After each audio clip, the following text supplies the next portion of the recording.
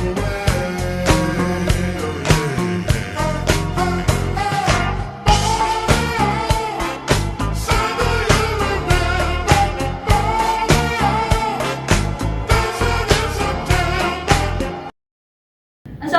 warahmatullahi wabarakatuh. Waalaikumsalam warahmatullahi wabarakatuh. Bagaimana kabarnya hari ini? Baik, Bu. Alhamdulillah sehat semua. Dan sebelum kita memulai pembelajaran kita hari ini, alangkah lebih baiknya kita berdoa dulu. Sebelum kita berdoa, ada yang mau memimpin ke depan untuk berdoa? Saya, Bu. Oke, silakan. Sebelum kita memulai pembelajaran hari ini, alangkah baiknya kita berdoa terlebih dahulu. Berdoa sesuai agama dan kepercayaan masing-masing. Berdoa dimulai.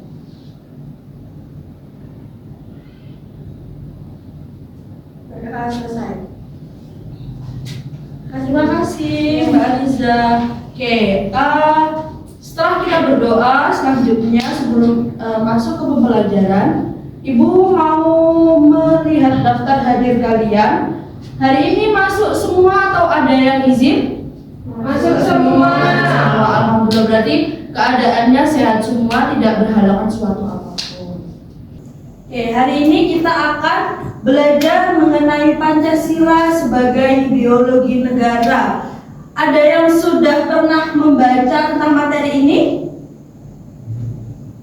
Belum. Oke, berarti kalian belum memahami apa yang akan Ibu sampaikan. Sebelumnya, oke, Ibu akan menjabarkan tentang tujuan pembelajaran kita.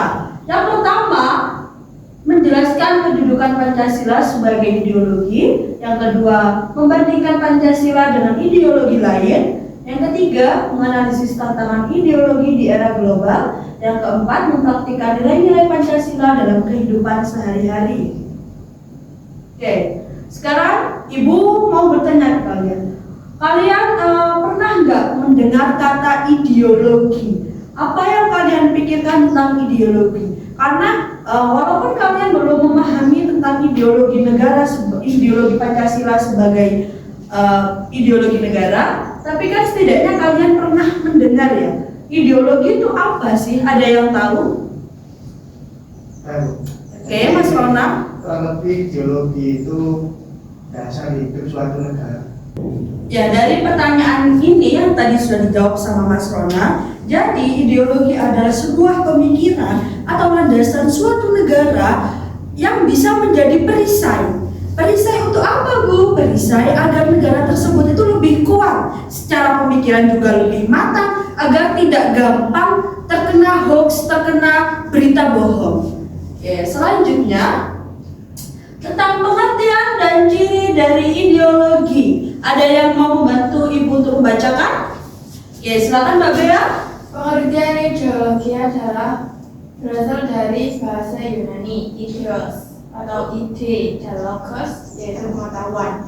Merupakan seperangkat pengetahuan, nilai, keyakinan, dan pandangan dunia yang menjadi dasar pemikiran dan tindakan individu atau kelompok dalam berbagai bidang, yaitu politik, sosial, ekonomi, dan budaya.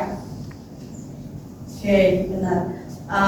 Jadi pada intinya ideologi itu adalah kata yang berasal dari bahasa Yunani, yaitu ideos yang artinya Ide. dan logos yang artinya Pengetahuan. Berarti sampai di sini ada yang mau ditanyakan?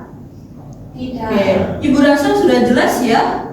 Oke, selanjutnya tentang fungsi dari ideologi. Fungsi dari ideologi itu apa saja sih? Yang pertama, sebagai pedoman bagi individu, masyarakat, atau negara dalam berpikir dan bertindak. Yang kedua, memberikan semangat dan motivasi untuk mencapai tujuan. Yang ketiga, membantu menghadapi dan menyelesaikan berbagai masalah dalam kehidupan masyarakat dan negara.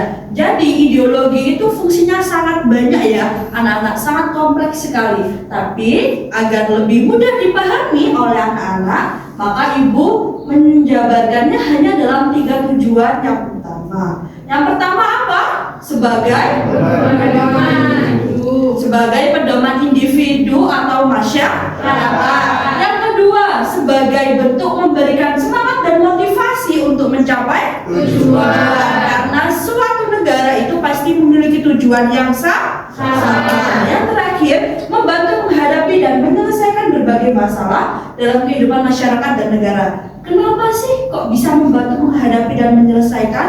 Karena ideologi adalah sebuah pemikiran atau landasan. Oke, selanjutnya ada tipe-tipe dari ideologi. Yang pertama, ideologi terbuka. Ideologi terbuka, ideologi yang dapat beradaptasi dengan perkembangan zaman dan perubahan di dalam masyarakat. Ideologi ini memerlukan dialog yang terus-menerus antara nilai-nilai ideal dan kenyataan yang ada. Jadi, ideologi terbuka ini merupakan pemikiran yang mengikuti alur dan waktu.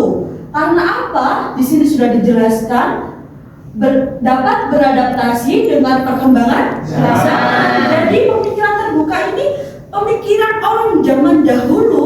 Contohnya, orang zaman dahulu berpikir bahwa suatu negara itu adalah kerajaan. Tapi makin ke sini kerajaan banyak yang terkikis dan digantikan dengan negara republik atau demokrasi. Oke, selanjutnya ideologi tertutup. Ideologi tertutup adalah sebuah ajaran yang menetapkan tujuan dan norma politik serta sosial sebagai kebenaran yang tidak boleh dipertanyakan, dan harus dipatuhi. Jadi kalau ideologi terbuka itu adalah ideologi yang menerima semua pemikiran. Kalau ideologi tertutup adalah ideologi yang tidak menerima pemikiran lain atau hanya tertuju pada satu pemikiran. Oke, bisa dipahami? Bisa. Oke, selanjutnya ada macam-macam ideologi. Ada berapa?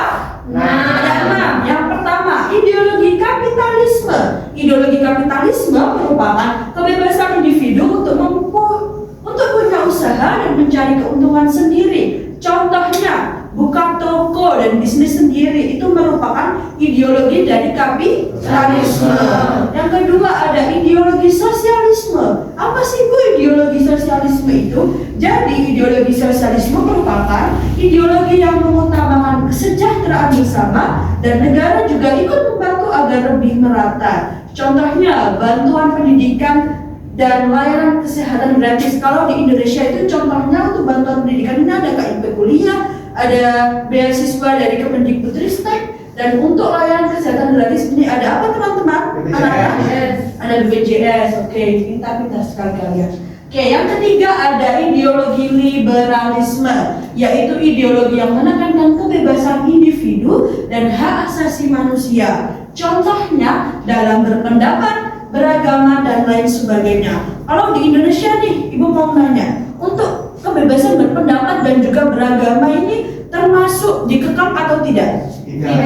Tidak. Berarti di Indonesia itu salah satunya itu menerapkan tentang ideologi liberalisme yang terfokus pada kebebasan individu dan hak asasi manusia, tapi masih dalam lingkup yang aman, karena liberalisme ini juga terbagi menjadi dua ya. Tapi mungkin kalau Ibu menjelaskan sekarang terlalu jauh. Oke, selanjutnya ada ideologi anarkisme, yaitu ideologi yang menolak adanya sebuah negara. Contohnya, komunitas membuat aturan sendiri tanpa pemerintah. Jadi bisa dibilang ideologi anarkisme ini merupakan ideologi atau sebuah pemikiran dari komunitas, betul, dari kelompok komunitas yang oposisi dengan pemerintah, yang tidak sama dengan pemerintah, itu ya. Oke, selanjutnya ada komunisme, yaitu ideologi yang tidak ada kepemilikan pribadi, semua diatur negara untuk kepentingan bersama. Contohnya, pabrik dan tanah dikelola negara untuk rakyat. Yang terakhir ada fasisme, yaitu ideologi kekuasaan penuh pada satu pemimpin, kebebasan individu sangat dibatasi. Contohnya, rakyat harus patuh tanpa boleh mengkritik. Kalau ideologi fasisme ini teman-teman, anak-anak, berarti untuk pemimpinnya ini karakternya seperti apa? Otoriter, benar sekali. Oke, selanjutnya tentang Pancasila sebagai ideologi negara Republik Indonesia. Pancasila sebagai ideologi negara. Pancasila sebagai ideologi negara adalah kumpulan pemikiran dari pengalaman bangsa Indonesia yang diyakini benar karena menjaga kehidupan bangsa serta mengandung nilai-nilai untuk mewujudkan masyarakat adil dan makmur. Oke, selanjutnya, hakikat Pancasila sebagai ideologi negara memiliki 3 dimensi. Ada yang berkenan membantu Ibu membaca? Oke, silahkan Mbak Dinda. Hakikat Pancasila sebagai ideologi negara memiliki 3 dimensi. Yang pertama, dimensi realitas. Pancasila bersumber dari nilai-nilai yang nyata dalam masyarakat Indonesia. Nilai-nilai tersebut harus diterapkan dalam kehidupan sehari-hari, baik dalam interaksi sosial maupun dalam penyelenggaraan negara. Yang kedua, dimensi idealitas. Pancasila mencerminkan cita-cita yang ingin dicapai dalam berbagai aspek kehidupan masyarakat, bangsa, dan negara. Nilai-nilai Pancasila memberikan harapan dan motivasi untuk mewujudkan tujuan tersebut. Yang ketiga, dimensi fleksibilitas. Pancasila bersifat terbuka dan demokratis, memungkinkan pengembangan pemikiran baru tentang nilai-nilai yang terkandung di dalamnya. Hal ini mendorong masyarakat untuk terus berinovasi tanpa kehilangan esensi Pancasila. Oke. Dari yang sudah dijelaskan dan dibacakan oleh teman kalian, Mbak Dinda, ada yang perlu ditanyakan atau ada yang mungkin bingung nih, dimensi realitas itu apa sih Bu? Dimensi idealitas itu apa sih Bu? Mungkin ada yang mau ditanyakan atau mau lanjut? Ada Ibu ada game seru buat kalian. Lanjut. Oke, selanjutnya tentang Ibu ada 2 gambar, jadi perhatikan kedua gambar ini. Yang pertama, ada gambar tentang apa ini? Gotong royong, ya masyarakatnya hidup rukun. Yang kedua, ada gambar apa ini? Demo, terjadi perpecahan karena tidak menghargai perbedaan. Kalian pernah melihat 2 hal ini tidak? Nah, menurut kalian, kenapa sih Pancasila itu penting untuk menjaga persatuan dan kerukunan dalam kehidupan bermasyarakat? Kenapa? Karena kenapa kok kita harus hidup rukun, tapi kok masih ada yang melakukan perpecahan seperti demo yang ada di gambar Ibu ini? Kenapa? Ada yang bisa menjawab? Oke, Mas Rona. Jadi karena Pancasila itu menjadi dasar dan pedoman hidup bangsa Indonesia yang memiliki banyak perbedaan seperti suku, agama, budaya, bahasa, dan adat istiadat. Jadi dengan adanya Pancasila itu masyarakat diajarkan untuk saling menghormati, menghargai perbedaan, serta mengutamakan persatuan daripada kepentingan pribadi maupun kelompok. Terima kasih Mas Rona untuk jawabannya. Jadi anak-anak semua, Indonesia itu adalah negara yang multi ras, banyak ras, banyak suku, banyak pulau, banyak bahasa dan lain sebagainya.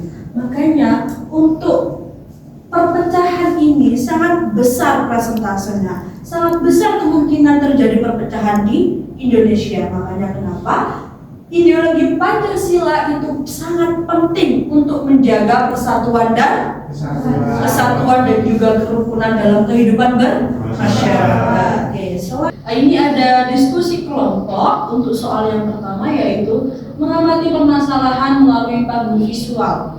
Ibu rasa kalian tadi sudah memahami tentang 2 permasalahan yang Ibu beri. Yang pertama tadi ada gambar apa anak-anak? Yang kedua ada gambar apa? Demo. Oke. Selanjutnya yaitu mengklasifikasikan kartu pada kantong Pancasila sesuai dengan kategori. Yang ketiga menjawab pertanyaan melalui spinner education. Yang keempat yaitu menyajikan hasil diskusi dan memberikan tanggapan terhadap kelompok lain. Oke, sebelum mungkin kalian bingung ya, kok Bu, ini maksudnya gimana sih? Oke, jadi Ibu kesini itu membawa media pembelajaran ya anak-anak. Yang pertama di bilik sebelah sini ada kantong perilaku Pancasila. Kantong perilaku Pancasila ini apa sih Bu? Jadi kantong perilaku Pancasila ini sudah ada kantong untuk persila ya. Ada berapa sila di Indonesia? 5. Ada 5. Berarti di sini ada 5 kantong. Jadi kantongnya nanti itu kalian bisa bisa mengisi dengan stick yang sudah Ibu kasih gambar. Gambarnya ini tentang perilaku masyarakat Indonesia sehari-hari. Jadi nanti minta tolong kalian untuk mengklasifikasikannya menjadi ini. Contohnya, membantu menyeberang jalan. Ini masuk ke sila berapa? Kemanusiaan 2. Wah, oke. Begitu juga dengan yang lainnya. Terus yang kedua di sini ada bilik Garuda Pancasila. Di mana Ibu akan meminta kalian untuk mencocokkan simbol-simbol dari Pancasila, dari sila-sila Pancasila.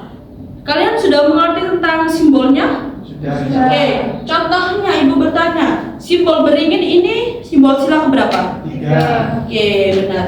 Mungkin nanti bisa dibagi 2 kelompok ya anak-anak ya, biar kalian bisa bekerja sama dengan tim juga. Selanjutnya ini ada spinner education. Nah, jadi nanti untuk spinner educationnya ini cara bermainnya seperti apa sih Bu? Nanti spinnernya ini bisa diputar dulu. Contohnya kalian mendapatkan angka 5. Nanti Ibu akan memberikan kalian soal sesuai dengan angka yang kalian dapat. Contohnya ini angka 5. Dengan soalnya, apa arti dari ideos? Tadi Ibu sudah menjelaskan belum arti dari ideos itu apa? Apa arti dari ideos? Oke, ideos berasal dari kata mana? Yunani. Oke, pintar. Berarti kalian tadi memperhatikan Ibu. Oke, sekarang Ibu akan membagi kalian menjadi 2 kelompok. Ibu boleh meminta tolong dari Mas Kusa ini untuk menyebutkan angka 1, 2, 1, 2, 1, 2. Jadi nanti kelompok 1 duduknya di sebelah sini, kelompok 2 duduknya di sebelah sini. Nanti perwakilan salah satu dari kelompok kalian ke depan, shoot dulu atau switch untuk siapa yang bermain media pembelajaran Ibu dulu. Bisa dipahami? Bisa. Oke, bisa dimulai Mas Kusa ini? Ya, 1, 2. 1, 2, 1, 2. Oke, terima kasih. Sekarang bisa 2 orang perwakilan dari masing-masing kelompok maju ke depan. Oke. Mau switch atau apa ini? Oke, silakan. Siapa yang duluan? Saya. Kelompok berapa? Nomor 1. Kelompok 1. Berarti yang kelompok 1 ke depan dulu. Dari yang sudah Ibu jelaskan tadi, kelompok 1 ada yang mau ditanyakan dulu sebelum bermain. Sudah dipahami? Oke. Sekarang untuk sticknya ada di sini ya. Kalian bisa mulai bermain dengan mencocokkan perilaku ini masuk ke dalam sila-sila. Oke, silahkan. Bisa bekerja sama satu kelompok. Mas Kusen bisa dari sini.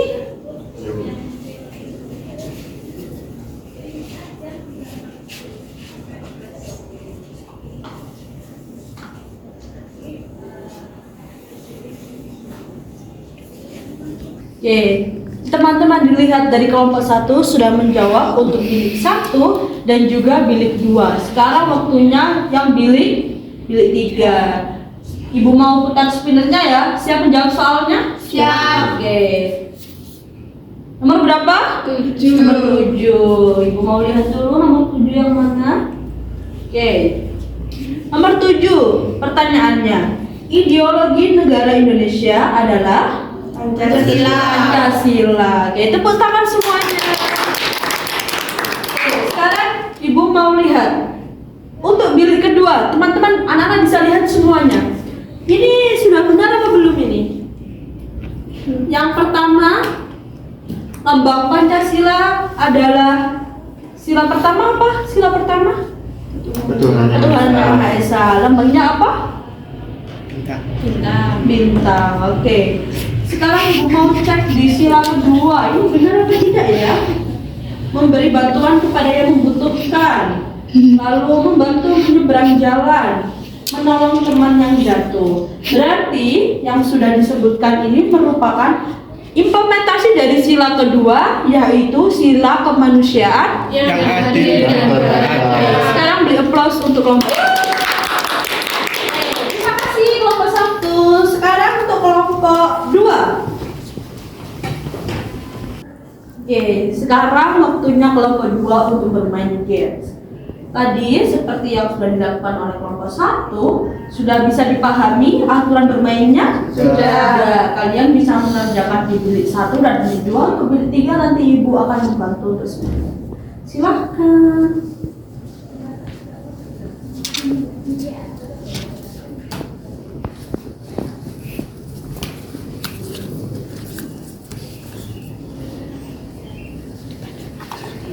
Oke, sekarang ibu mau lihat yang sila kelima.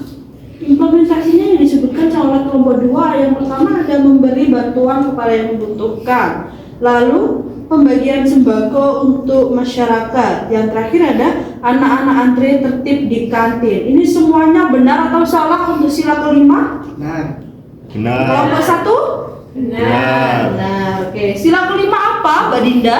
Keadilan sosial bagi seluruh rakyat Indonesia. Oke, nah untuk lambang-lambangnya, ibu mau nanya dong untuk padi dan kapas ini masuk sila keberapa ya? Sila ke? Lima. Sila kelima. Sudah siap pertanyaannya, Sirup? Oke, sudah siap untuk spinner educationnya? Sudah. Siap menjawab pertanyaan randomnya? Siap. Oke. Mendapatkan nomor berapa? 3. Oke, ibu akan mencari pertanyaan nomor 3.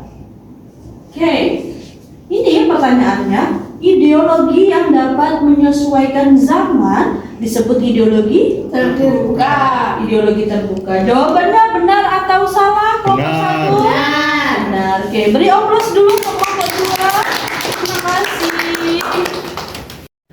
Ibu rasa dari kalian yang sudah diskusi grup tadi sudah memahami apa yang sudah ibu paparkan, apa yang sudah ibu jelaskan di awal mengenai ideologi Pancasila sebagai ideologi negara. Oke, yang terakhir kesimpulan. Ada yang mau membacakan dengan senang hati kesimpulan hari ini apa? Oke, Mbak Vivi silakan. Pancasila adalah ideologi negara memiliki peran yang sangat penting dalam kehidupan berbangsa dan bernegara. Sebagai ideologi terbuka, Pancasila memberikan arah dan pedoman bagi masyarakat Indonesia untuk hidup dalam keragaman dan saling menghormati. Dengan menerapkan nilai-nilai Pancasila dalam kehidupan sehari-hari, generasi muda dapat berkontribusi dalam membangun masyarakat yang lebih baik dan berkeadilan. Alhamdulillahirobbilalamin. Ada yang mau ditanyakan dari sini tentang kesimpulan dari apa yang sudah kita lakukan dari tadi pagi sampai saat ini? Sudah paham semuanya? Paham. Hari ini? Paham. Oke, alhamdulillah. Selanjutnya yang terakhir, terima kasih. Mari kita amalkan Pancasila dalam kehidupan sehari-hari. Seperti yang sudah Ibu berikan contoh ini adalah contoh dari perilaku masyarakat Indonesia sehari-hari. Jadi Ibu harap kalian juga dapat mengimplementasikannya dalam kehidupan kalian sehari-hari dalam bermasyarakat. Mungkin sekian dulu yang dapat Ibu sampaikan. Ibu mohon maaf banyak salah kata dan juga tingkah laku. Jangan lupa minggu depan kita belajar tentang apa itu Undang-Undang Dasar Republik Indonesia. Jadi tugas kalian di rumah adalah belajar. Jangan seperti tadi ya, di awal Ibu bertanya, sudah ada yang mengerti ideologi? Belum. Sudah membaca? Belum. Jadi Ibu mohon hari ini nanti pulang ke rumah kalian bisa membaca literasi tentang apa? Undang-Undang Dasar. Sekian yang dapat Ibu sampaikan, kurang lebihnya mohon maaf. Wassalamualaikum warahmatullahi wabarakatuh. Waalaikumsalam